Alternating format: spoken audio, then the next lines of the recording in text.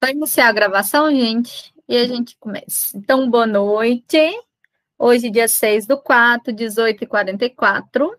Nós vamos fazer nossa revisão de prova. Nós vamos fazer a correção de todos os exercícios. A gente vai fazer uma revisão geral, tá? Já para ajudar vocês a estudarem para a prova. Sobre as provas, só para tirar a dúvida de vocês, que eu recebi aqui no privado, a prova começa segunda-feira, o período de prova. Todas as disciplinas vão abrir a prova para vocês no dia 8. No dia 8. Na segunda-feira, 8 horas da manhã, que é dia 12. Então, as provas ficaram abertas do dia da segunda, dia 12, até dia 17 do sábado, né?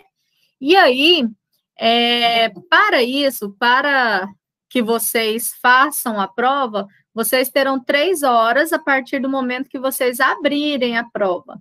Então, por exemplo, clicou lá para fazer, é uma alternativa só. É uma vez só que você vai poder fazer a prova. Então, é importante que vocês escolham, né, o local certo, vai fazer e não feche a prova. Porque se você fechar, possivelmente você não consegue abrir de novo, tá certo? Então, é 3 horas a partir do momento que você abrir a prova, igual foi no semestre passado. De segunda a sábado você pode fazer. A dica que eu dou, faça na terça-feira, enquanto eu estiver online, eu vou postar o link normal da aula para vocês, e aí eu vou estar aqui. Se você leu e você ficar com dúvida numa questão, você pode entrar e falar comigo, né? Aí você pode fazer qualquer tipo de pergunta sobre a escrita, eu não vou poder te dar a resposta, mas eu vou poder te ajudar em relação à interpretação, alguma coisa que eu ainda consiga te ajudar. Então, eu estarei de plantão de dúvidas semana que vem com vocês, na terça-feira. Sugiro que vocês façam a prova no horário da aula. Por quê? Caso você não faça na terça, você deixe para quarta, chega quarta-feira, tem outra prova. Aí você vai dar algum problema. Aí você fala, não, vou fazer sábado.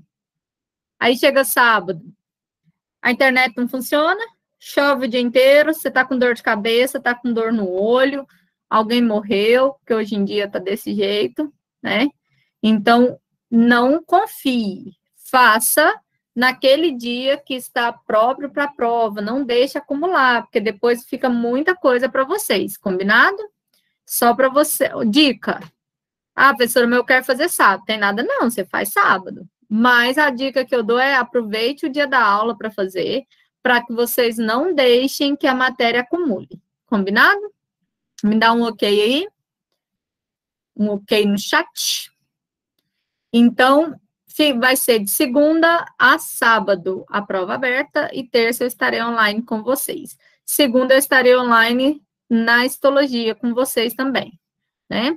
Então, vocês estarão comigo os 2 dias da prova. Se vocês precisarem, eu vou estar online com vocês. Vamos lá? Vamos corrigir os exercícios?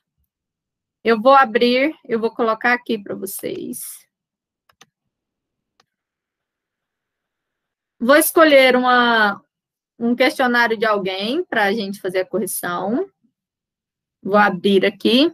E aí, a gente vai fazer o combinado de acordo com as correções. Por exemplo, eu vou ler a da pessoa que está aqui, ou vocês preferem ler a de vocês e a gente já faz a correção sem eu abrir? O que é melhor?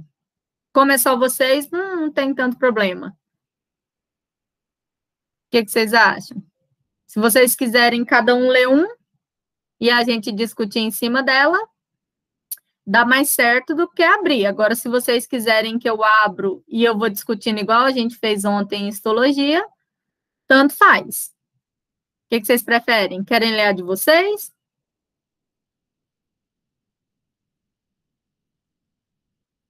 Ler a de vocês, então?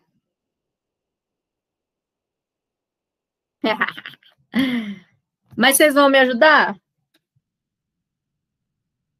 Tem que abrir o áudio para falar comigo. Então, vamos lá? Eu vou pegar aqui as questões.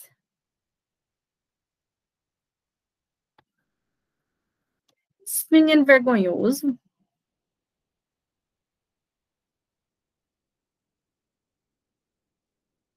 Não.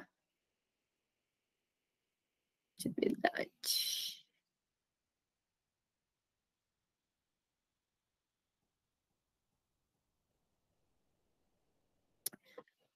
Vamos lá. A primeira atividade que a gente viu foi sobre os exercícios de nivelamento que vocês fizeram, né? Então, eu perguntei para vocês, por exemplo, pesquise como era a atmosfera primitiva, quais eram os principais agentes encontrados na época. Tá certo, gente? É essa pergunta mesmo que eu abri aqui, saiu uma do matutino. Essa pergunta mesmo? Quem pode ler essa resposta para mim? E eu complemento e eu falo se está certo ou se está errado. Bora? Alguém? Por que vocês são vergonhosos? Pode, Thalita. Tá. Então, a pergunta era como era a atmosfera primitiva, né? Isso. A minha resposta foi a seguinte. A atmosfera primitiva era composta por vários vulcões e que frequentemente entravam em erupção, liberando grande quantidade de gases e partículas para a atmosfera. Gases esses considerados venenosos, como, por exemplo, o gás metano, amônia, gás hidrogênio e vapor de água. Não havia ainda oxigênio, e por isso era considerado ambiente redutor. Nessa época, a Terra passou por um processo de esfriamento, e que permitiu o acúmulo de água, formando os mares primitivos. Pronto. Certinho. Só para a gente lembrar, a atmosfera primitiva, então, ela era cheia de vulcões, tinha essa parte da água que foi formada um pouquinho depois, mas a principal questão que vocês têm que lembrar é que nessa atmosfera primitiva não tinha oxigênio, então não tinha seres vivos, até o momento que apareceram as bactérias anaeróbicas, que são aquelas que não precisam de oxigênio para viver. Então, a resposta da Thalita está certinha. Alguém não fez essa questão? Alguém precisa dela? Precisa que dita? Ou tá beleza? Alguém quer ler a sua? Beleza? Se alguém precisar da questão, vocês falam, tá? Que aí eu dito para vocês. A Thalita dita para vocês.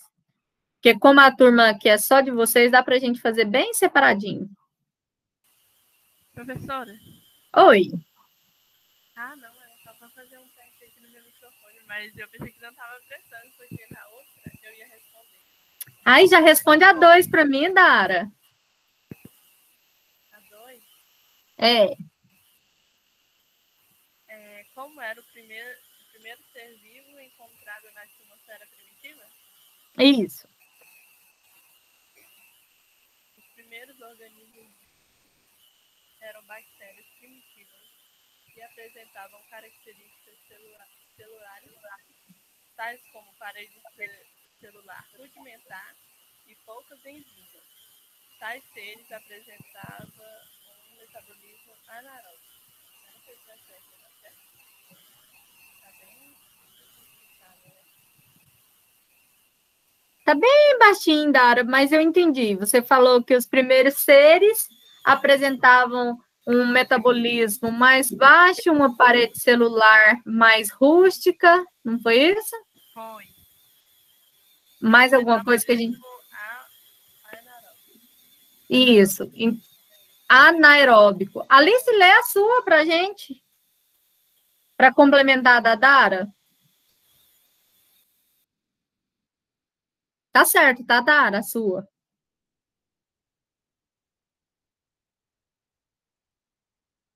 Quase igual? Então tá, achei que estava diferente. Então, só para a gente lembrar, ó. Primeiro ser vivo na atmosfera primitiva, eles surgiram aí, eram os procariontes, né? Eles eram anaeróbicos, porque eles não tinham oxigênio para viver, E aí eles possuíam essa parede celular rudimentar, com poucas enzimas e muita ausência aí da divisão celular. Metabolismo mais baixo, né? E eles apresentavam aí essa função de ter que de adquirir, né, a energia deles a partir de fermentações que ocorriam no meio ambiente, certo? Alguém tem dúvida nessa? Não? Alguém pode ler a 3?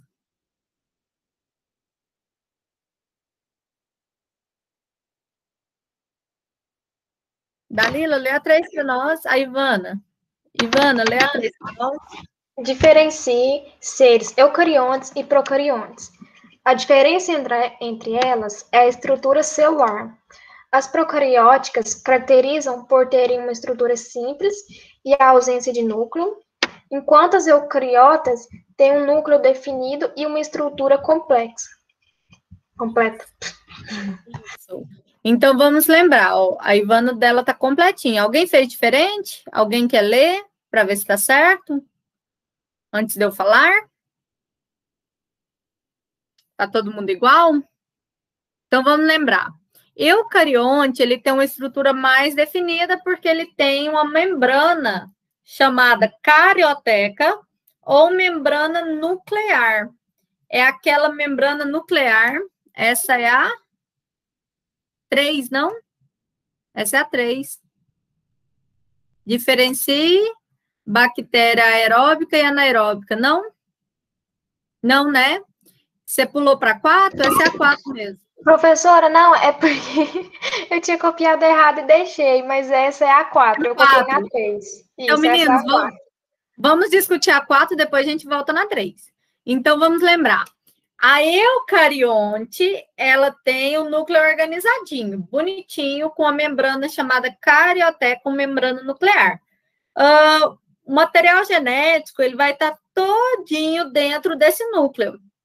Por isso, essa estrutura ela é mais complexa e ela vai ter toda a estrutura aí para sofrer mitose, meiose, né, para divisão celular. Já para procarionte, ele não tem a membrana da carioteca, então o DNA é espalhado em toda a célula.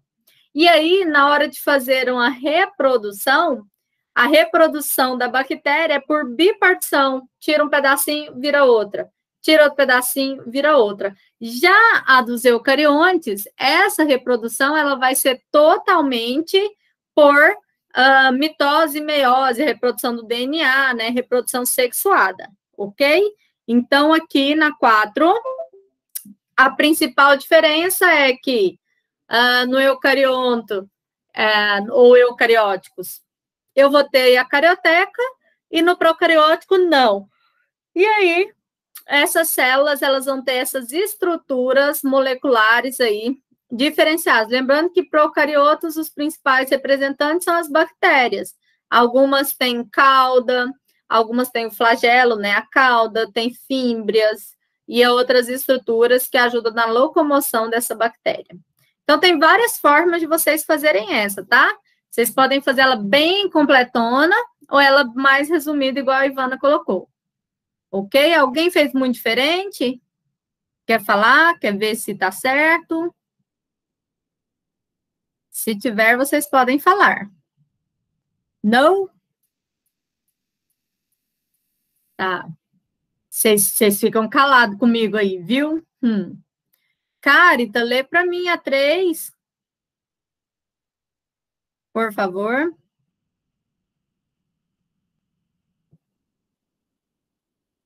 Carita, você está aí?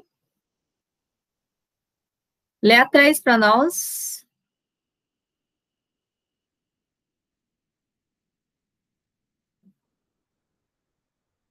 A 3 é assim. Tá, tô aqui. Oh. Diferencie bactéria aeróbica e anaeróbica.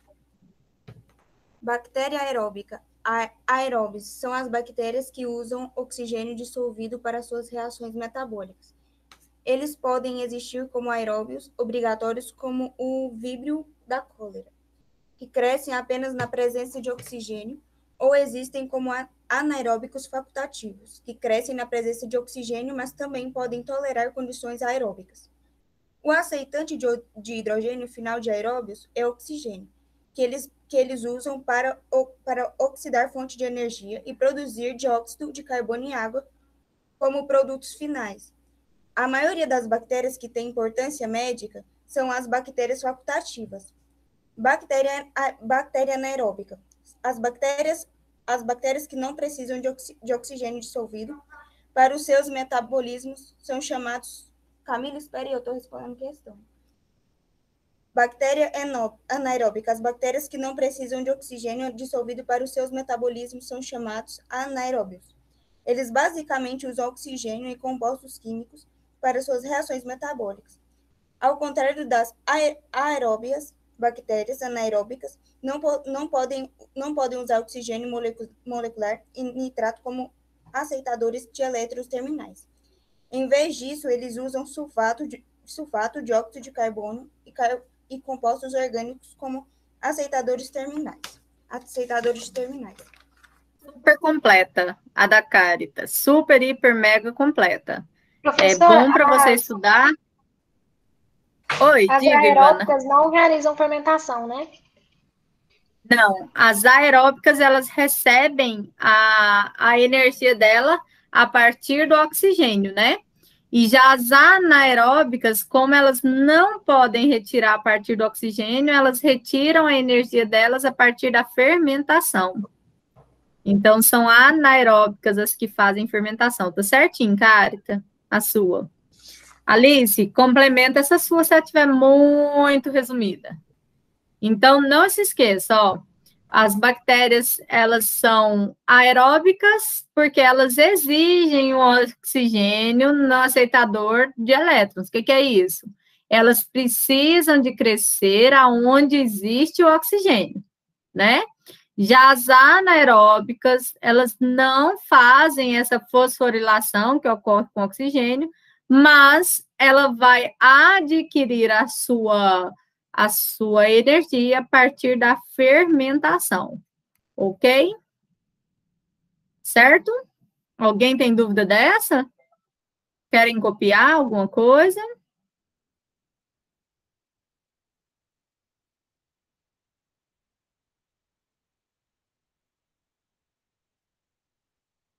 Aí a próxima pergunta é assim, ó.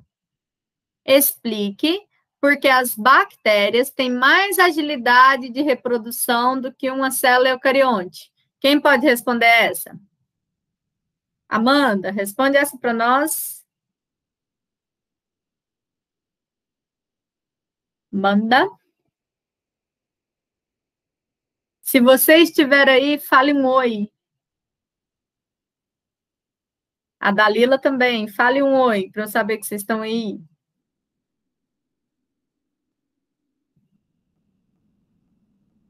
Ninguém.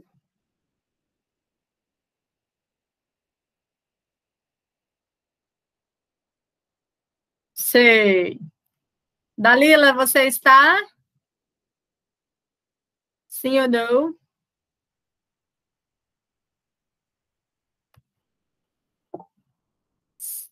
Abre aí o áudio, lê ela para a gente.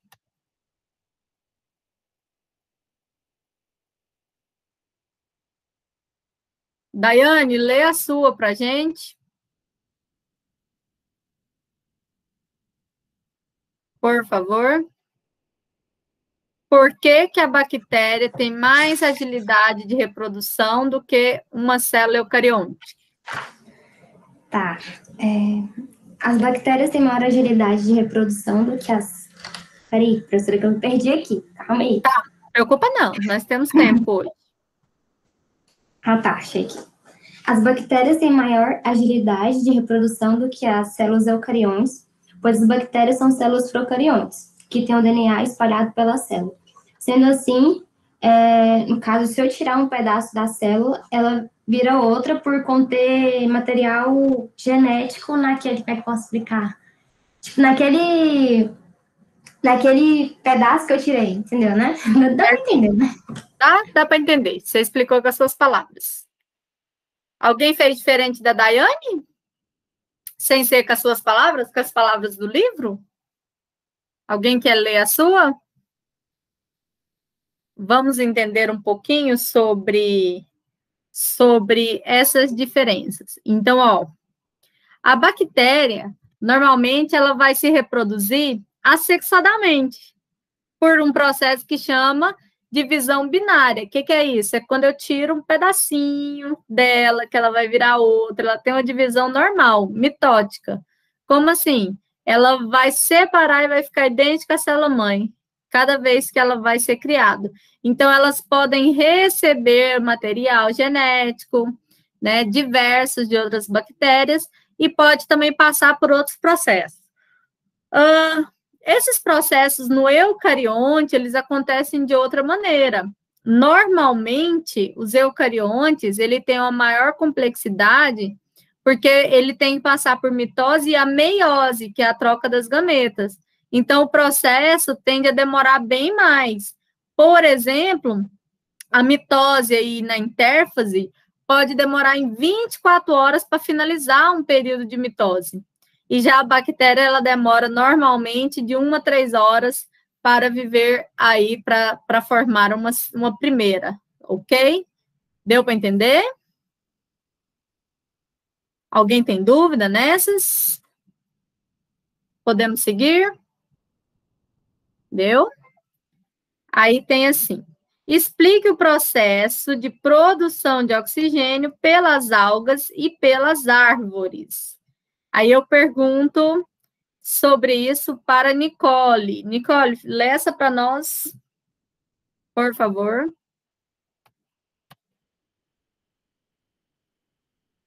Se você estiver aí, fale um oi.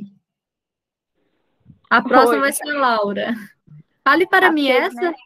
Isso. O processo se dá quando a planta obtém glicose durante o dia e também por meio da respiração, quando a planta quebra a glicose para obter energia durante a noite. Durante a fotossíntese, as plantas e algas fazem um processo inverso dos seres humanos, consumindo gás carbônico e liberando oxigênio. Certinho. E o que você viu? Você achou alguma coisa de diferente entre árvore e alga? Não, né? Que eu não perguntei. Eu não procurei, não. Alguém escreveu, gente, diferente sobre essa diferença? Posso falar? Pode. No caso, a diferença das algas é porque a liberação de O2 na planta, por ser aquática, é em maior quantidade. Isso aí, garota. Então, só complementa isso, Nicole, mesmo que eu não pedi, vamos lá. A energia recebida do sol, né, ocorre a partir da fotossíntese, essa troca, onde as plantas absorvem CO2 e energia luminosa e libera O2. Nós recebemos O2 e liberamos CO2. Beleza. As algas, elas normalmente estão aí no fundo de um mar ou no fundo de um rio, e o oxigênio na água, ele já é um pouco dissolvido, né? Então, quando a gente vê a quantidade de oxigênio que ela expressa, que ela libera, é porque ela já está em ambiente aquático, né? Então, ela vai liberar bem mais. Tem até alguns artigos que falam sobre a Amazônia ser o pulmão do mundo, né? Se eu estiver falando sobre árvores, realmente a Amazônia é o pulmão do mundo, porque ela é a maior floresta tropical que existe no mundo. Então, realmente, ela é o pulmão do mundo. Já se eu falar sobre produção do oxigênio, quem produz mais são as algas, mais que as árvores. Beleza? Isso é só para a gente fazer revisão. Não é que está aí na questão de vocês. Ok? Obrigada, meninas. 7. Qual é a importância da microbiologia para a manutenção da vida? Quem pode ler essa para mim? Essa era pessoal. Vocês poderiam levar de qualquer forma. Vocês poderiam falar de qualquer uma das áreas da microbiologia. Quem pode ler essa para mim? Ninguém? Vamos pensar juntos, ó. A microbiologia, ela vai ser importante num processo aí de fabricação, por exemplo, de alimentos, de bebidas, no processo de decomposição, a microbiologia é muito importante, no processo de descobrir os patógenos que ocasionam doenças no ser humano, no processo de descobrir, né, os antibióticos ou medicamentos para a cura de outras doenças, reciclagem do material orgânico, que é um dos mais importantes que a bactéria faz, porque a microbiologia em si, tanto bactéria quanto fungos, porque a gente vai ver que, se não existisse eles e não tivesse essa reciclagem, a quantidade de corpos de pessoas que morreram, de plantas que morreram, né, estaria tudo aqui e a gente não teria lugar para a gente viver, né?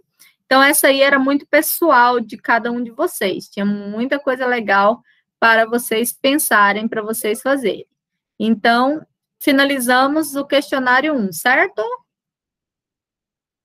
Vamos para o 2.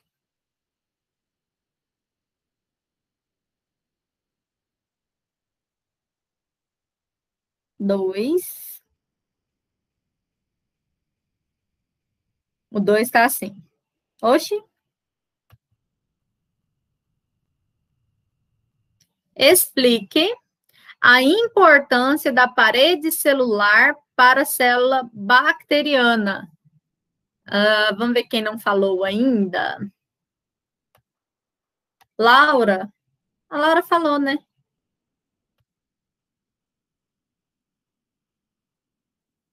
Acho que só as meninas que estão sem microfone.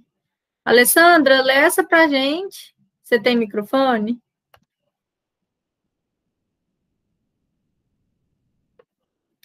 Alê? Tem problema não, então. Alguém pode ler essa pra gente? Por favor? Lê, Josi, para mim. Então, eu coloquei que a principal função é proteger a célula, reforçando-a externamente. Tem papel importante para evitar a plasmoptise, ruptura da célula, devido ao aumento de líquido em seu interior, em plantas e alguns protozoários, bactérias e fungos. Certinho. Ó, então, a principal função dela é proteção. Então, a parede protege você do meio externo. A parede celular, ela protege a célula para o meio externo. Então, a parede celular é muito importante para essa proteção e ela evita com que ocorra, então, esse rompimento, igual a Josi falou. Ela evita esse rompimento e esse rompimento não acontecendo, aquela célula não morre. Ela citou aí no final a parte importante que nós não temos parede celular, nós só temos membrana. Quem é que vai ter parede celular? Célula animal não tem. Quem vai ter? Célula vegetal, célula bacteriana e alguns protozoários. Então, lembrem-se, tá? A parede celular, a parte humana, animal, a célula animal não tem parede celular. Lembra que ela é responsável também por essa proteção, e aí é muito importante para vocês lembrarem que tem bactéria que consegue ficar aí 10 anos fora do corpo. Tipo a bactéria do tétano, né? Ela vai ficar aí 10 anos lá naquele arame até o momento que a pessoa arranhou. Então, quem faz essa proteção? Essa cápsula dela que tem em volta da parede celular. Ela consegue ficar 10 anos ali até o momento que você machucou. E aí, na hora que você pisou ali, você vai precisar de ir lá tomar o soro antitetânico, né? Por quê? Porque essa parede celular a protegeu, certo? Ok? Todo mundo colocou assim? Que ela serve para proteção, que era a principal parte para a gente? Sim, né? Proteção, choques mecânicos e tal. Então, a lisosmótica, que é o rompimento. A 2 era assim: diferencie gram positivo e gram negativa. Essa, deixa eu mostrar para vocês de novo, fazendo revisão.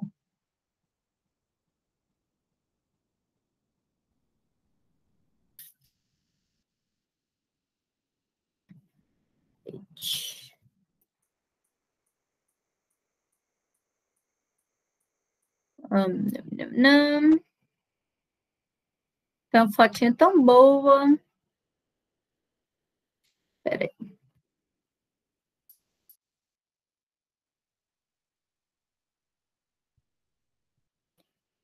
Achei. Olha só para a gente recordar. Toda bactéria que ela é gram-negativa, ela vai ter uma camada de proteínas que chama peptidoglicana. Essa camada de proteína, na gram-negativa, ela é muito fininha, muito delgada. Então, por ela ser muito fina, ela não consegue fixar o cristal azul de violeta, aquele cristal que vai colorir de roxinho. Já a gram-positiva, ela vai ter camadas espessas, camadas grossas, ó. Ela tem 1, 2, 3, 4, enquanto a gram-negativa tem uma só. Então, o que acontece?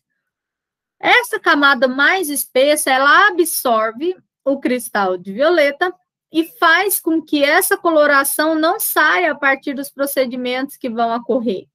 Então, o que diferencia principalmente a gram-positiva da gram-negativa é que, devido a essa camada fina de peptidoglicanos, ela não vai fixar o corante cristal, né, de violeta. E aí, na gram-positiva, por ela ser bem espessa, ela consegue fixar o cristal, né, de violeta. Então, a gente vai ter aí ela bem fixada, ok? Vocês lembraram? Vocês fizeram essa? Então, ó.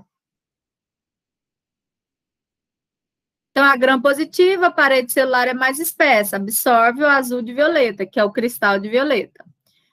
A gram-negativa, a parede é bem fininha, delgada, menos espessa. Então, quando você coloca o cristal de violeta e você joga o álcool em cima, ela não vai fixar o cristal de violeta, ela vai fixar a safranina, que é pingada, né, que você coloca ela a partir desse momento. Tem uma parte legal. Vocês sabiam que vocês são minha única turma que vai ter prática de microbiologia? Vocês sabiam disso? Né? E a turma de vocês é pequenininha? O matutino não vai ter. Só vocês. Por quê? Como que vocês formam sem, né? Tipo assim, pelo menos uma aula. Pelo menos uma aula a gente vai ter. Eu falo assim, pelo menos uma aula, por quê? São várias, né? Vocês vai chegar um ponto que o matutino vai ser totalmente diferente de vocês. Dia 5 de maio, parece? Eu esqueci agora a data. Me parece que a partir do dia 5 de maio a gente já tem nossas práticas, né? Nas nossas terças noturno. Então, a gente vai ter nossas práticas de micro. E aí é um P só, porque são 14 pessoas e o nosso laboratório cabe 30. Essa parte é super legal. E aí nós vamos iniciar fazendo isso aqui. A gente vai fazer a cultura, montar a nossa cultura, fazer a coloração de gram-positiva, gram-negativa, levar para o microscópio, ver o que é cocos, ver o que é bacilo, ver o que é estafilococcus. Então, a gente vai ter em maio e junho de prática. Então, de vocês vai ser bem diferente do matutino. Eu até vou tentar ver se eu consigo gravar. Vou falar, Daiane, pega meu celular aqui e grava para a gente, para ver se os meninos do matutino também pegam um pouco. O que eu tive que fazer? Eu tive que comprar uns vídeos, né, para passar para eles sobre essas práticas. E aí eu consigo mostrar para eles a prática em si. Agora, vocês não. Porque vocês, principalmente, estarão num laboratório, possivelmente, mexendo com microbiologia. Porque a parte deles é a parte da odontologia e da veterinária, né? É principalmente essas duas partes. E aí, quando vai dividir, os P's, eles são 90 alunos. E aí, eles não conseguem colocar, já que eles têm também a química, já que eles têm outras matérias que eles também precisam. Então, a prática deles vai ser teórica e prática junto. Então, eu vou mostrar os vídeos para eles, mostrando toda essa parte. Não tem a biomedicina de manhã, entendeu? Então, vai ser só para vocês, essa parte prática mesmo. Aí, cada dia um de vocês filma para a gente poder postar para eles também, tá certo? E aí, vocês vão fazer essas práticas, a gente vai fazer esse desenvolvimento todinho. E depois eu confirmo com vocês a data, mas está naquele documento que o Gustavo mandou. Vocês vão ver lá que microbiologia está 1P, acho que é a partir do dia 5 de maio, se não me engano, tá? E aí a gente combina certinho. 25 de maio. Opa, que bom. Porque aí dá tempo de eu terminar um pouco mais da matéria teórica, né? E aí a gente vai fazer todas essas práticas, principalmente de bactéria e fungo, que eu já vou ter terminado o fungo lá nessa aula, tá bom? Então, vocês terão prática comigo. Então, essa parte aqui da coloração, bonitinho, vocês vão fazer todos esses experimentos aqui que a gente está falando. Combinado? Depois a gente combina melhor mais sobre as EPIs e aquelas normais que vocês vão usar para outras aulas também. E a gente combina tudo certinho. Então, continuando no nosso exercício. 3. Qual a importância de se saber se a bactéria é gram-positiva ou gram-negativa? Quem pode responder essa para mim? Essa é pessoal também, né? Cada um poderia responder puxando um assunto, uma forma. Lê para mim, Ivana. Essa? É o tipo de parede e, portanto, a definição se a bactéria é gram-negativa ou positiva, que vai definir a eficácia dos agentes físicos e químicos utilizados para eliminar, controlar ou aumentar o crescimento das bactérias conforme a necessidade. Certinho. Vocês poderiam usar, igual a Ivana falou, vocês poderiam colocar aqui, a partir da coloração, é verificado se a parede é espessa ou se a parede é fina, né, a partir da coloração, e por isso saber qual é o tipo de bactéria e qual vai ser o antibiótico utilizado para matá-la, né? Então, assim, tinha várias formas de resolver, de responder essa, mas todas elas eram desse mesmo estilo. Ai, gente, uma formiga me beliscou. Mas, né, deixa a formiga de lado. Vocês entenderam essa? Todos vocês? Então, era a importância de vocês saberem sobre esse tipo de coloração, como que ela seria, ok? Bora no próximo.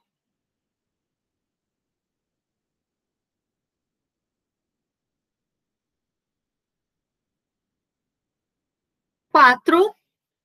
A diferença entre a espessura celular pode influenciar de qual forma a descoberta da doença? Peraí, deixa eu ver qual que era a próxima. É praticamente a mesma questão anterior, só que perguntada de outra forma, né?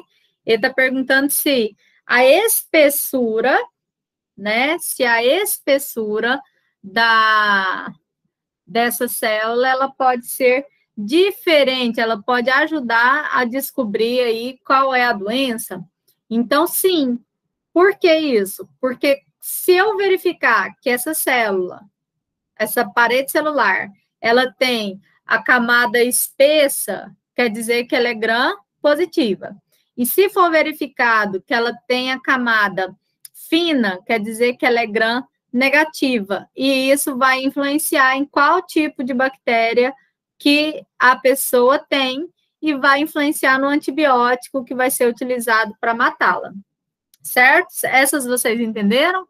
Só foi uma forma de perguntar diferente, né? Uma eu pergunto sobre a diferença da espessura E a outra pergunta, a importância de se saber se é gram positivo e negativo, mas os dois têm a ver com a parede celular. E tem a ver com descobrir qual bactéria é, né? As duas. Tá beleza? Tá muito rápido, gente? Tá dando para acompanhar?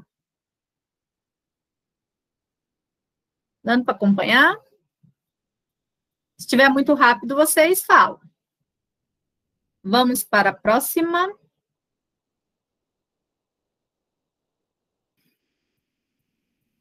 5 era para fazer um quadro comparativo entre as estruturas da célula e a coloração da bactéria. Então, teve gente que fez o desenho, teve gente que já fez o quadro sem desenho, tanto faz, tá? Lembra que a gram-positiva tem várias camadas, a parede celular, a parede de peptidoglicanos, e na gram-negativa, a parede celular ela vai ser mais fina, normalmente com uma camada.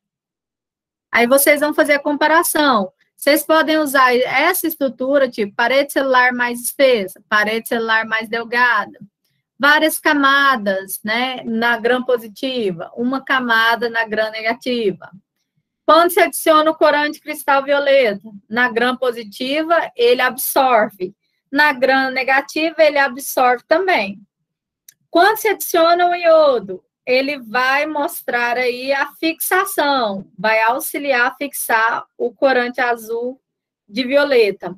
Mas quando se faz a lavagem do álcool, você joga o álcool em cima daquela estrutura, o que que vai acontecer? Primeira parte, né, dessa lavagem, o álcool vai continuar, né, vai deixar azul do mesmo jeitinho aquela que é gram-positiva. Na gram-negativa, vai descolorir, vai ficar branco, vai ficar sem cor, ok? E, por último, quando pinga o corante de safranina, que é o vermelho, na gram-positiva, ela não absorve, continua azul de violeta. E quando eu pingo naquela que é gram-negativa, que descoloriu, que não absorveu o azul, ela fica rosinha, né, por causa da safranina. Vocês poderiam usar essa parte, vocês poderiam falar sobre mais estruturas, vocês poderiam comparar bactérias, tá? Essa era pessoal também. Alguém fez muito diferente dessa que eu mostrei? Que quer falar da sua? Ou tá parecido? Escreve para mim no chat. Parecida? Vocês têm dúvida nessa? Essa era para fazer um quadro, né, comparativo. Lembra que para estudar é muito bom nesse quadro comparativo vocês poderem estudar comparando uma estrutura da outra. Ela é bem legal. Então, podemos seguir? A 6 está assim. Qual a importância dos flagelos e dos pilos? Pilos são aquelas fímbrias, aqueles pelinhos que tem em volta da bactéria. Então, vocês têm que falar que o flagelo, a principal função dele é locomoção, ele vai ajudar na mobilidade daquela bactéria, e os pilos, eles são responsáveis pela adesão na superfície da célula. Então, olha só, o flagelo ajuda, isso, Alessandra, a gram-negativa, ela é a rosinha, a gram-positiva é a roxinha, tá bom? Então, vamos lá, voltando, flagelo é aquele que tem aquela parte da cauda, por exemplo, do espermatozoide, que vai ajudar na mobilidade dessa bactéria, para que ela saia de um lugar e vá para o outro. Então, ele ajuda a locomoção. Já os pilos, né, e as fímbrias, elas vão estar ajudando a aderir, ela gruda na célula e faz essa adesão naquela célula, para que aquela bactéria comece, né, a trabalhar ali naquela célula que ela está parasitando, certo? Então, as duas são responsáveis, uma pela locomoção e a outra pela fixação na célula que elas estão. Alguém fez diferente essa? Se quiser ler, pode abrir o áudio aí e vocês falarem, tá bom? Vocês são muito vergonhosos.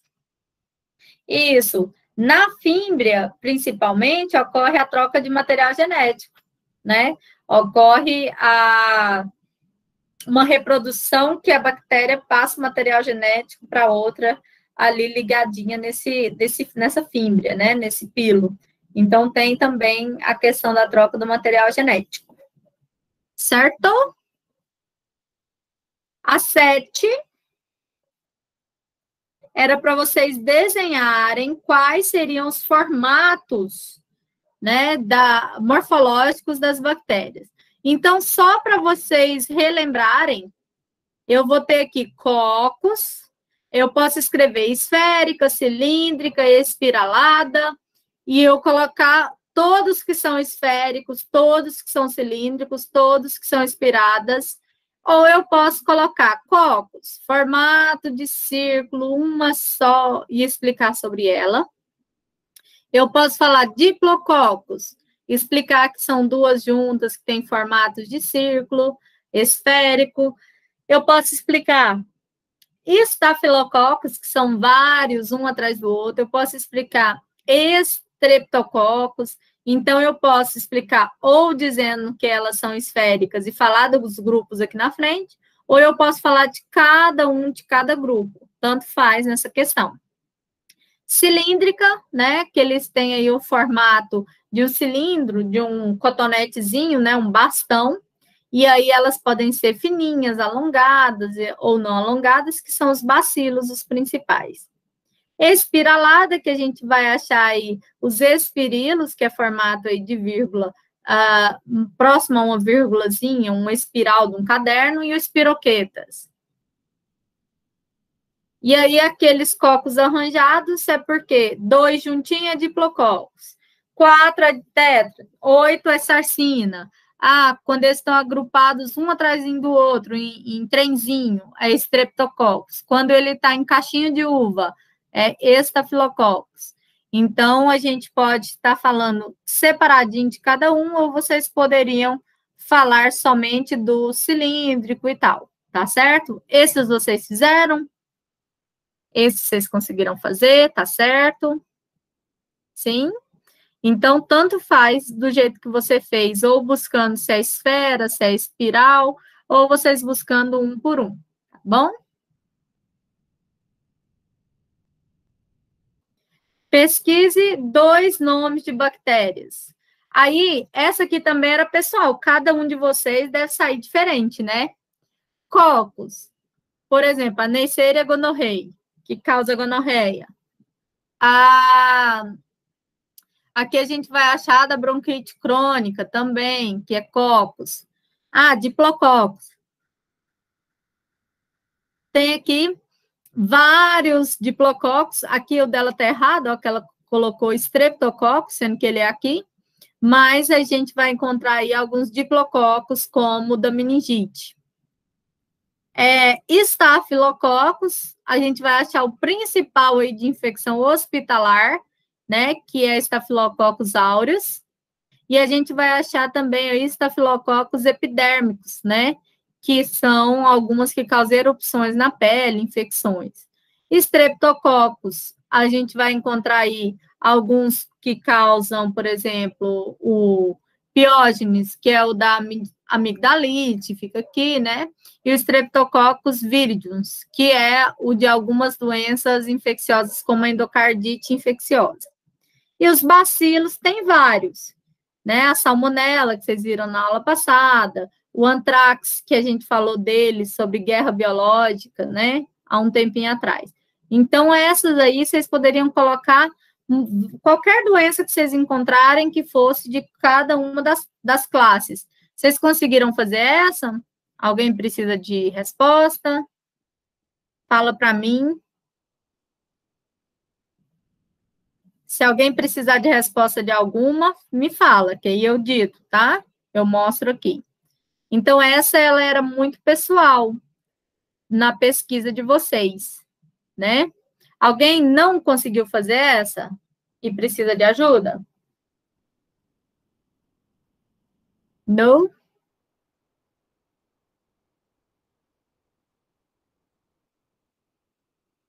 Então, finalizamos o exercício 2.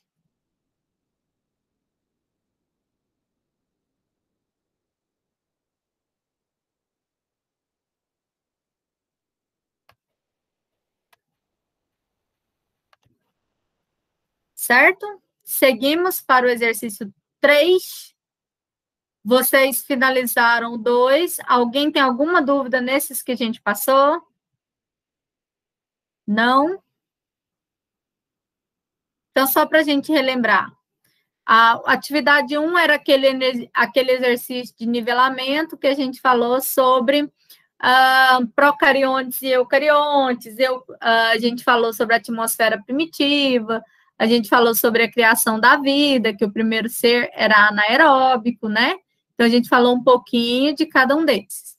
Na atividade 2, a gente já entrou em bactérias específicas, falando sobre as gram-positivas, gram-negativas, estrutura delas, né?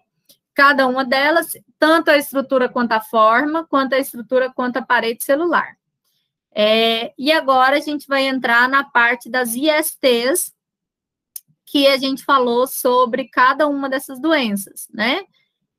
Lembrando que eu não passei para vocês, ele assim, fale sobre a AIDS, e você coloque tudo no meio. Por que eu passei ele em vários momentos? Para que a gente possa fazer comparação agora, olhando as respostas. Porque você vai fixar muito mais em tópico do que em texto. Então, vamos lá. Essa eu vou lendo, eu vou falando para vocês, e caso vocês tenham alguma dúvida, porque está praticamente igual o slide, né? Essa é praticamente idêntica ao slide. A 1. Alguém pode ler a 1 para mim? Que as outras eu leio sozinha. Josi, você lê essa para mim? A 1 da atividade 3.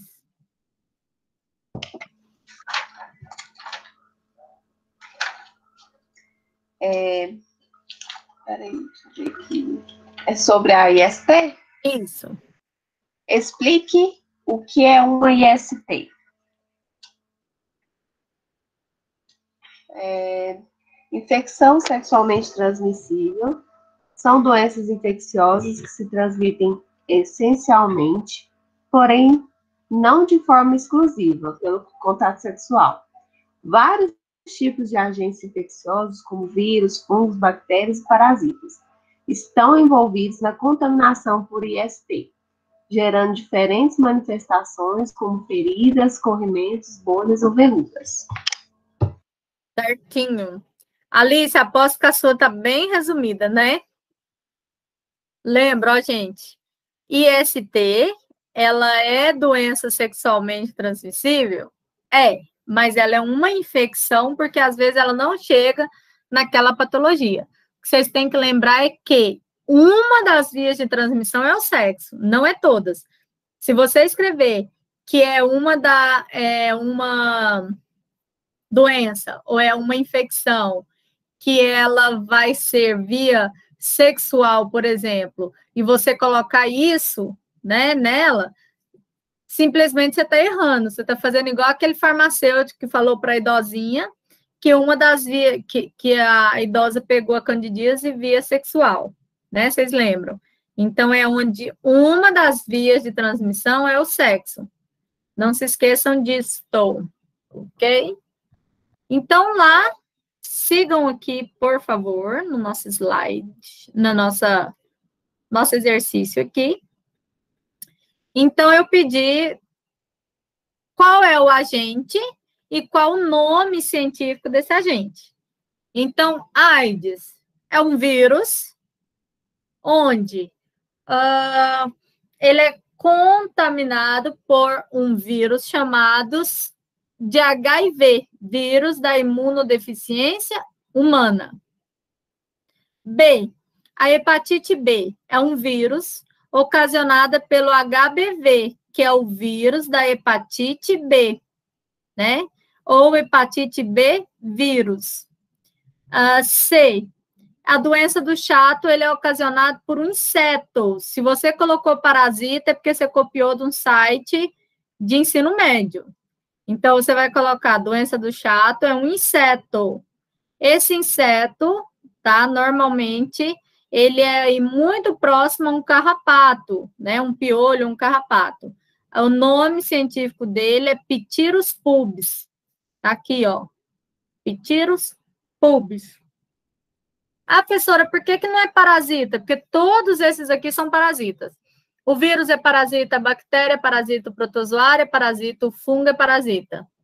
O inseto é parasita. Então, você não está respondendo a pergunta. Então, qual é o agente transmissor? O inseto. Ok? Um inseto que parasita o corpo. Um vírus que parasita o corpo. Uma bactéria que parasita o corpo. Sífilis. Ela é transmitida por uma bactéria que se chama Treponema pallidum. Vocês vão lembrar da música do Zé Ramalho. Gonorreia é transmitida por uma bactéria que é chamada de Neisseria gonorrhoeae, né? Tricomoníase, ela é ocasionada por um protozoário. Não coloque parasita, coloque protozoário. Nome desse protozoário, Trichomonas vaginalis. G, linfogranuloma, ocasionado por uma bactéria que ela se chama Chlamydia trachomatis. Pode ter outra, tá? Pode ter um segundo nome, mas é clamídia. H, herpes, é um vírus que se chama HSV, tá? É um vírus bonitinho aí. E esse HSV, ele pode ser de duas formas. HSV1, que é a herpes oral, e o HSV2, que é a herpes genital. Lembrando que pode-se ter HSV2 na boca, como pode ter o HSV1 no órgão genital, ok? Candidíase é ocasionada por um fungo, e esse fungo se chama Candida albicans. Tem outros, tá? Vocês vão achar outras cândidas, mas a mais comum é o do Candida albicans. A J é o cancro mole, que é também ocasionado por uma bactéria, que ela chama Haemophilus ducreyi. E, por último, o HPV, que ele é um vírus que é chamado de papilloma vírus human, que é o vírus do papiloma humano, que são as verrugas, né? Todos fizeram essa? Alguém não fez alguma dessas? Precisa da resposta? Precisa de ajuda? Como está? A senhora voltar lá no HPV? Porque eu não Sim. Agora. Tá aqui, ó. Human papilloma viruses, né? Ou papilloma vírus human. Obrigada. Quando você terminar, você me avisa. Tá bom.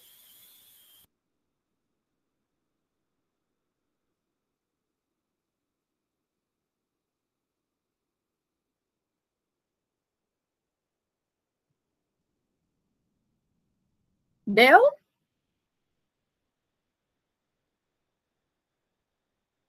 Eu vou deixar aqui e vou para 3. A 3 é assim: quais são as formas de contágio? Lembrem-se que as formas de contágio são muito próximas entre elas, só que algumas têm formas específicas. Então, uma das vias de transmissão não é o sexo, então o sexo vai ter que entrar em todas. Ok. AIDS. Contato com sangue contaminado. Contato com secreção sexual, qualquer líquido biológico. Relação sexual e o uso das drogas. Por exemplo, uso de drogas com seringas compartilhadas e tal. A B aqui é hepatite B, relações sexuais, materiais ou instrumentos contaminados, como, por exemplo, da manicure, né? Que vocês já estão cansados de saber. Transfusão de sangue. Parto, né? Na hora do parto normal ou parto cesariano. E aí vai. Lembrando que a hepatite, essa forma de contágio, ela pode ser evitada também com a vacina. A gente tem uma questão sobre prevenção. C, doença do chato é o contato sexual com pessoa infectada, ou com as vestimentas, ou com material, uma cama contaminada. Então, é o contato sexual ou podendo ocorrer através de panos, roupas, vestimentos em geral. D, a sífilis, o cancro duro, né? Ela é passada por relação sexual, que a gente já falou sobre isso. transfusão de sangue contaminado, e ela tem uma diferença de todas as outras doenças que a gente falou. Ela é passada via placenta. A partir do 4º mês de gestação, a sífilis consegue passar via placentária. As outras doenças, não. Se pega na hora do parto. A sífilis, não. Ela pode ser pega a partir do 4º mês. Gonorreia, né? Ela é passada por via de relação sexual. Tem o fato de não ter sintomas normalmente nos homens, mas é na mulher. E também por corrimento, por assento, por outros materiais. A tricomoníase, né, que é um protozoário, ela também é passada principalmente por relação sexual, mas tem um corrimento, né, que você pode pegar, minúsculas possibilidades, mas você pode pegar, sim, aí no sofá, em outro local que você esteja, né. Linfogranuloma, normalmente é através do sexo vaginal e daquela secreção que sai de manhã, daquele caroço que eu mostrei para vocês. Herpes, frequentemente, é por relação sexual, mas pode ser passado da mãe para o filho na hora do parto, pode ser passado num garfo, num copo, em alguns objetos, né? A herpes pode ser passada num batom, e aí vai. Aí, que é a candidíase, pode ser passada por relação sexual, né? Ou também pode ser passada por alguns vestimentos e etc. Lembrando que é um fungo, então ele pode estar no seu organismo inativo e aparecer em determinado momento que sua imunidade caia. E por último, não por último, a J é cancro mole. Relação sexual, vai ter aquela ferida, contato com a ferida, né? E aí, relação sexual durante o contato com a ferida. A L, o HPV, né? Principalmente aí, a gente vai encontrar com contato sexual íntimo. Pode ser contato com a verruga, com a ferida. Também pode ser encontrado aí, ele pode ser transmitido durante o parto. Vocês lembram que a gente falou muito sobre o HPV, certo? Vocês têm dúvida quanto a essa? Vocês têm dúvida nessa? Vocês precisam de alguma resposta nela? Então, a maioria, relação sexual. Algumas, né, tem casos específicos, como a sífilis, é muito específico, a candidíase também, por ser fungo, né?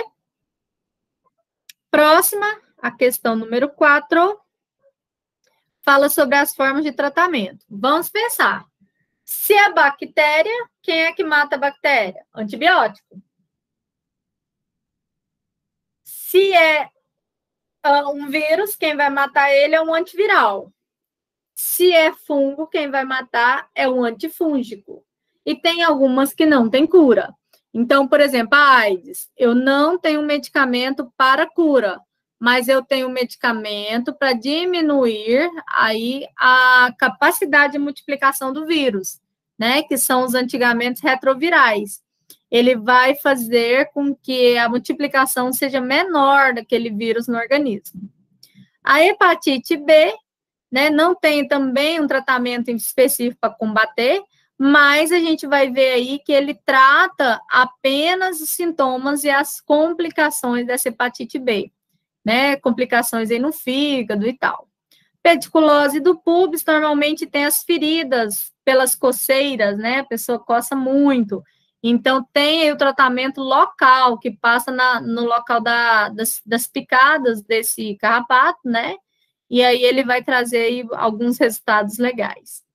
A sífilis, né, tem medicamento, tem cura, mas quando ela é tratada precoce, se ela chegar na sífilis tardia, que é a neurosífilis, ela é um pouco mais difícil de ter a cura completa.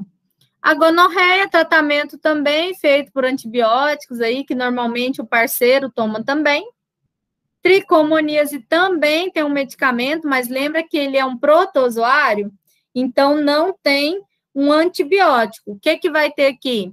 vai ser os quimioterápicos. O tratamento ele vai ser aí oral e local, né? Então, o homem e a mulher. Ele normalmente é tricomoniza e você vai ter que aplicar naqueles aplicadores, né, aqueles aplicadores da pomada, e também vai ter que tomar aí a parte oral, né, tanto para o homem quanto a mulher tem que tomar. Linfogranuloma, tratamento também de antibióticos, mas ele vai ser melhor se estiver no início da infecção. A herpes, não existe tratamento ainda, assim como a AIDS. Você vai ter medicamentos que diminuem a dor, que vai diminuir a crise, né? Por exemplo, a ciclovir, que é passada na ferida, mas você não tem um tratamento para a doença. Candidíase, medicamento local, né? Normalmente para coceira e tal, também tem as aplicações de algumas pomadas, para que se tire a sensação do ardor, da coceira. Cancro mole, tratada com antibióticos e tem cura completa.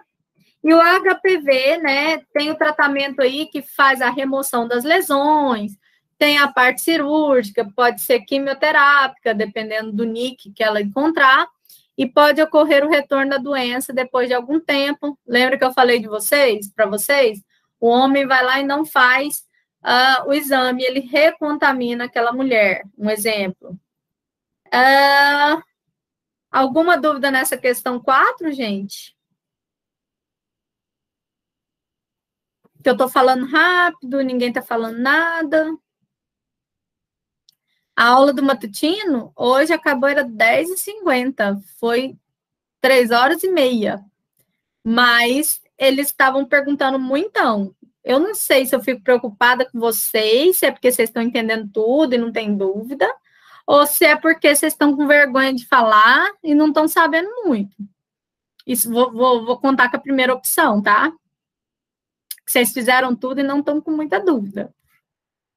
É essa a opção? Essa que é a opção certa, minha?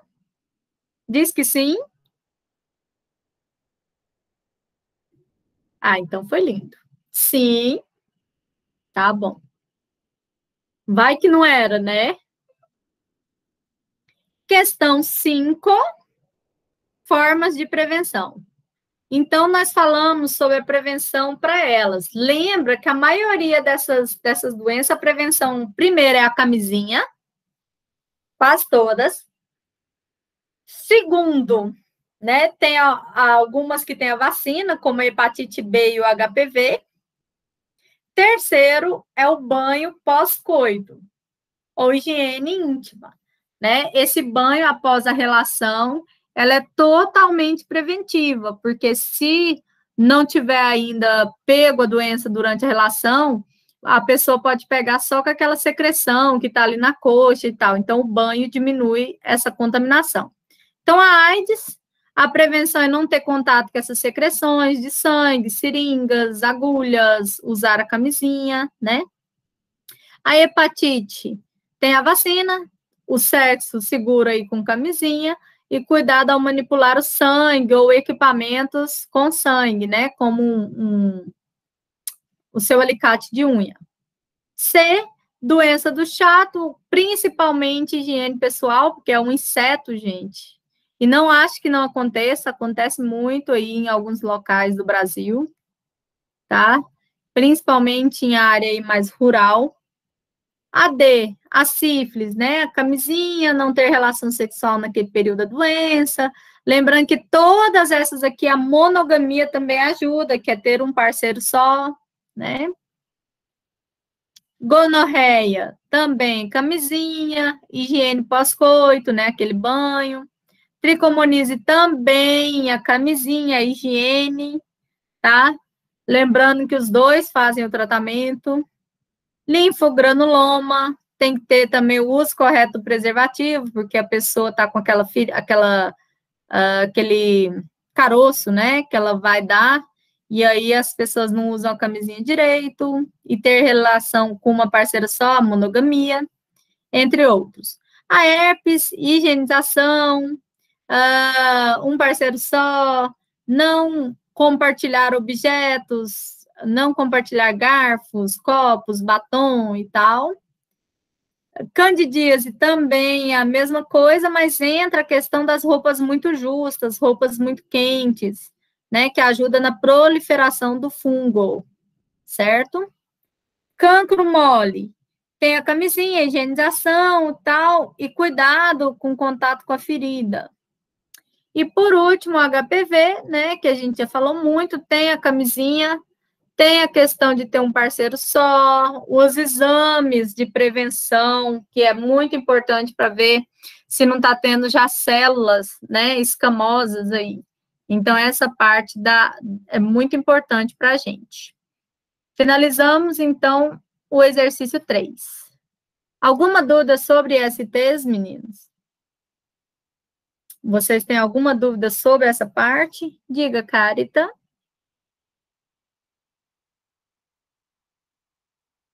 Perguntem, tirem suas dúvidas quando a gente falar de qualquer uma dessas doenças, tá? Porque é muito importante que vocês tenham uma noção.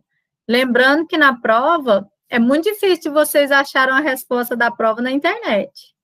Você vai jogar lá procurando o Braille, você não vai achar, porque é muito específico cada um desses temas.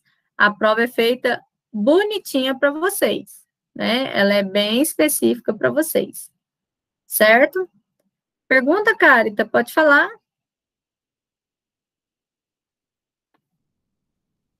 Parou?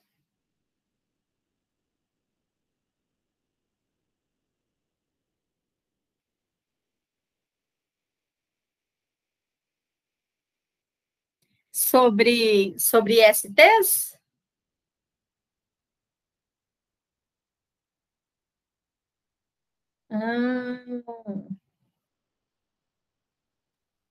Com certeza. Vai sair bem assim, Thalita. Vocês já têm uma noção das minhas perguntas, né? Já ajuda 100% você fazer a interpretação delas. Mas vocês têm lá a gravação, vocês já têm lá slides. Só dessa última aula da Kari, que não tem slide. Lembra que eu falei para vocês que eu estava entrando em sites, né? Aí, para vocês estudarem, vocês teriam que... Se vocês quiserem ver o material, tem que entrar na gravação da aula. Mas é super legal. Eu vou seguir também, Carita. Então, o problema é que eu falo muito, né? Que eu vou falar para vocês toda a matéria que eu dei. E aí eu dei um pouquinho mais de matéria. Mas tá beleza, a gente tá seguindo o cronograma. Bora lá. Vamos para a última? Ah, gente, essa última eu não vou abrir, porque ela era mais um trabalho de pesquisa. Vamos discutir sobre ela aqui comigo.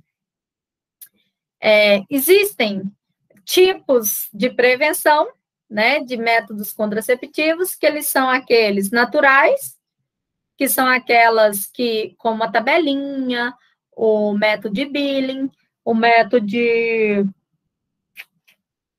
não ter relação sexual naquele período que a minha mulher está fértil, né? Esses são aqueles métodos naturais de prevenção. Os métodos mecânicos, aqueles de barreira, é aquele da camisinha, é o DIU de cobre, o diafragma, né? Todos esses que são colocados, onde eles geram a barreira para passar o espermatozoide até o óvulo, são chamados de barreira. Até então não modificou nada no organismo. Como a camisinha, colocou na hora da relação, tirou e pronto, né? Como a tabelinha, não teve relação, pronto, ok. Aí a gente chega no método químico, que normalmente ele é utilizado junto com o diafragma, né? Que é o espermicida que mata. Mas até então aplicou no máximo alergia e tal, não vai fazer diferença no organismo. Aí nós chegamos nos métodos hormonais, que foi o que eu pedi principalmente. Vocês poderiam ter feito a pesquisa falando de todos, mas não foi o que eu pedi, tipo assim, obrigatório, mas vocês poderiam colocar sobre os naturais, vocês poderiam colocar sobre os de barreira e tal. Mas eu pedi para vocês especificarem para mim os métodos hormonais e os cirúrgicos. O que eles modificam no organismo, né? Então, vamos lembrar que esses métodos, tanto o cirúrgico quanto o hormonal, eles fazem modificações no nosso organismo. Diga, Daiane. Eu fiquei meio perdida aqui. No caso, que você está explicando é de histologia, não? Foi de ontem? Só, né? Esse é o da cárie, né, gente? Oh, meu Deus do céu. Disfarça, tá? Deixa eu te falar o porquê. Vocês ficaram perdidos? Gente, eu vou falar para vocês. De ontem para hoje, aconteceu tanta coisa. Foi mal aí. Isso é porque vocês não viram, ensinando genética para os meninos. Eu ensinando microbiologia para os meninos da genética, na sexta-feira. Bora. É porque é a mesma...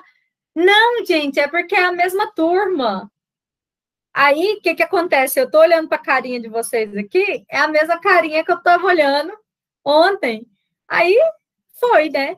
Os meninos da genética são os mesmos que pegam micro de manhã. Sexta-feira eu estou lá falando para eles sobre gram positivo e gram negativo. Eles falaram, nossa, professora, mas na genética também tem isso? Falar nada para vocês, não.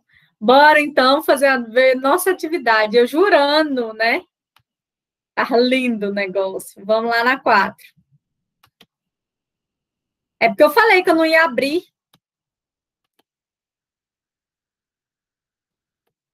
Da Daiane aqui, que é o primeiro.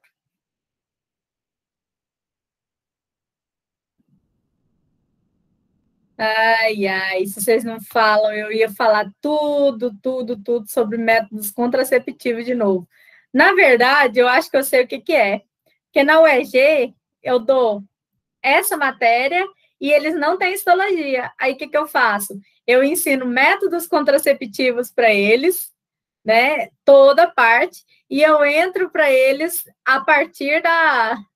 Não, e eu ensino para eles a partir das doenças sexualmente transmissíveis, né? Então, eles aprendem todas as ISTs e depois eles aprendem todos os métodos contraceptivos dentro da microbiologia. Mas eles não têm isso. Não é igual vocês, que tá com as duas matérias.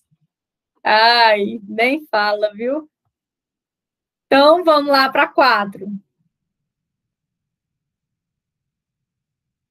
A 4 também era uma pesquisa que eu deixei ela mais aberta para vocês escreverem sobre algumas doenças. A primeira doença foi a cárie, a segunda foi o Clostridium botulinum, ou botulino, a terceira foi a salmonela, a quarta foi a cólera, e acho que só foram as 4, né? De manhã que eu dei 6. Então, quando a gente fala sobre essas doenças que a gente abordou, ficou muito aberto para vocês começarem a escrever sobre cárie, ficou aberto para vocês falarem da salmonela, ficou aberto para cada uma delas. Então, só para a gente relembrar, cárie, ela é ocasionada por um conjunto entre bactérias e a dieta, a alimentação daquela pessoa. Então, se a pessoa tem uma dieta rica em açúcares, e ela não tem uma higiene bucal tão boa, né? Ela vai ter aí até a saliva, né? Sendo muito pouca, ela vai ter uma grande chance de adquirir essa bactéria que vai se alimentar dos minérios, né? Principalmente do cálcio e dos dentes. Então, a cárie, ela tem vários sintomas, ela tem várias formas de se percorrer, e eu falei que vocês poderiam fazer a pesquisa sobre ela. Eu não vou adentrar tanto dela mais, porque cada um fez a pesquisa de uma forma. Lembrando que vocês precisavam em si de falar que ela é bacteriana e que é uma conjunção junto com a questão da dieta, né? Essa parte era totalmente importante. Quando a gente falou do Clostridium botulinum, também é uma bactéria, né, que a gente estudou. Essa aqui, ela é um pouquinho diferenciada, porque quando a gente falou sobre ela, a gente lembra da toxina que causa o botulismo, que também se faz o botox, né? Ela também vai auxiliar aí no campo da estética, mas você não poderia deixar de falar sobre alimentos contaminados, dos enlatados, né? Aquelas latinhas amassadas. Essas toxinas, elas vão atuar no sistema nervoso e pode ocasionar morte, porque ela paralisa o diafragma. Então, falta a forma de respirar. Então, existem várias pessoas aí que elas não conseguem mais respirar, e essa toxina faz ela ficar em estado vegetativo, ela fica lá vegetando em uma cama, certo? Aí nós falamos da salmonela, que a gente lembrou do pit dog, que a gente lembrou da maionese, né, que a gente falou sobre ela. A salmonela, só para a gente recordar, né, ela vai estar aí, essa bactéria, ela vai ocasionar diarreia, ela vai ocasionar dores fortes no intestino, ela vai ocasionar aí a infecção sempre mais forte, né? Tem que se lavar os alimentos, porque você se alimenta dela em alimentos contaminados e água contaminada também. E aí a ingestão desses alimentos ocasiona a salmonelose. A cólera, para a gente recordar, é uma bactéria que principalmente, uma coisa legal é que ela é gram-negativa, e ela principalmente ela vai ocasionar problemas severos no intestino. Fezes brancas, né, com coloração de água de arroz ou fezes sanguinolentas. Ela é transmitida por água contaminada ou alimento contaminado com aquela água, né? E aí essa injeção, essa doença vai ocasionar essa diarreia, dores, perda de apetite, fraqueza, entre outras coisas aí importantes, né? A prevenção dela, principalmente, é a água tratada, a água fervida, água tratada, certo? Eu falei só dessas 4 com vocês, foi só 4 para vocês, né? Isso mesmo? Sim ou não? Foi? Então, para relembrar, nós falamos já muito sobre bactéria, mas nas primeiras aulas a gente falou sobre fungos, sobre a importância deles para o meio ambiente, né? Na parte da decomposição, de produção de alimentos, que está naquela parte da introdução. A gente falou da atmosfera primitiva, a gente falou sobre as ISTs, nós falamos sobre a questão das árvores, do crédito de carbono, né? Um pouquinho. Então, uma revisão geral daquilo tudo que a gente já passou aí na disciplina. Vocês têm alguma dúvida quanto até aqui, quando nós chegamos até aqui, sobre a disciplina? Sim ou não? Alguma dúvida específica do que a gente já falou? Nada? Não? Para vocês verem, no matutino a gente demorou 3 horas e 20 minutos para correção. Com vocês a gente demorou 18h40, 19h40, 2 horas, né, de correção. Porque vocês quase não interagem, assim, falando, perguntando, né? Mas o que eu preciso que vocês vejam? Na prova é interpretação, gente. É saber o que o exercício está pedindo. Leiam com atenção o que o exercício está pedindo. Não tente fazer tão rápido. Lembra que é uma alternativa. A prova de vocês, ela tem, se não me engano, ela tem 9 questões, ou é 8 questões, né? Ela vale 7. Vocês têm 3 pontos de atividades que eu vou corrigir essa semana. Então, auxilia muito vocês nessa questão das atividades para a prova, tá certo? São 3 questões abertas, né, discursivas, e as outras são fechadas. Então, vai facilitar um pouquinho aí para vocês. Então, pessoal, eu acredito que a gente finalizou aqui nossa revisão e finalizou aqui nossos exercícios. Como é que tá? Vocês estão com muito trabalho para fazer? A gente começa uma matéria nova hoje. Deixa eu tentar saber como é que tá a vida de vocês. Tem muita coisa atrasada? A gente pode iniciar fungo? Como que tá? Porque as minhas a gente fechou, né? As 4 atividades. Tem muita coisa para fazer. Muita. Estatística. Então, vamos fazer assim. De manhã eu não iniciei porque a gente terminou na hora. A gente terminou, já era 10h50. Nós demoramos muito. Então, a gente não iniciou a matéria. Eu vou fazer com vocês igual eu fiz com eles, né?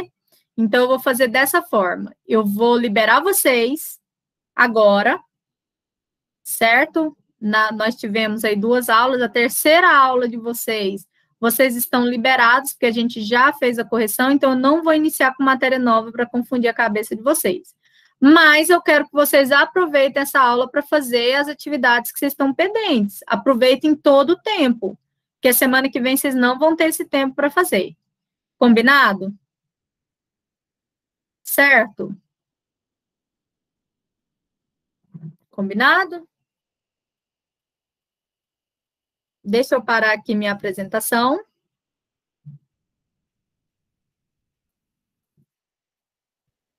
E aí, vocês terão agora